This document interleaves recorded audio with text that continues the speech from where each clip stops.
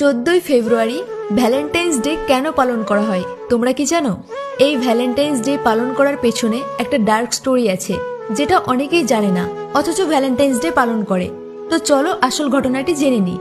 ইতিহাস অনুযায়ী রোমে ভ্যালেন্টাইন নামের একজন পাদ্রী অর্থাৎ ধর্মীয় নেতা ছিলেন, যিনি গোপনে প্রেমিক যুগলদের বিবাহ করতে সাহায্য করতেন। কিন্তু সেই সময় রোমান সম্রাট ক্লাডিয়াস প্রেম এবং বিয়েকে ভীষণ ঘৃণা করত, কারণ রাজা মনে করতেন ছেলেদের বুদ্ধি এবং শক্তি দুটোই কম হয়ে যায় প্রেম বা বিয়ে করলে। তাই প্রেম বা বিয়ের সম্পর্কের ওপর নিষেধাজ্ঞা জারি করেছিলেন। কিন্তু ভ্যালেন্টাইন তার এই নিয়মের ওপর বিরোধিতা করে এবং লুকিয়ে লুকিয়ে কিছু যুগলের বিয়ে দিয়ে দেয়। তারপর সে খবর রাজার কানে গেলে ভীষণ রেগে যায় এবং সঙ্গে সঙ্গে ভ্যালেন্টাইনকে কারাবন্দী করে।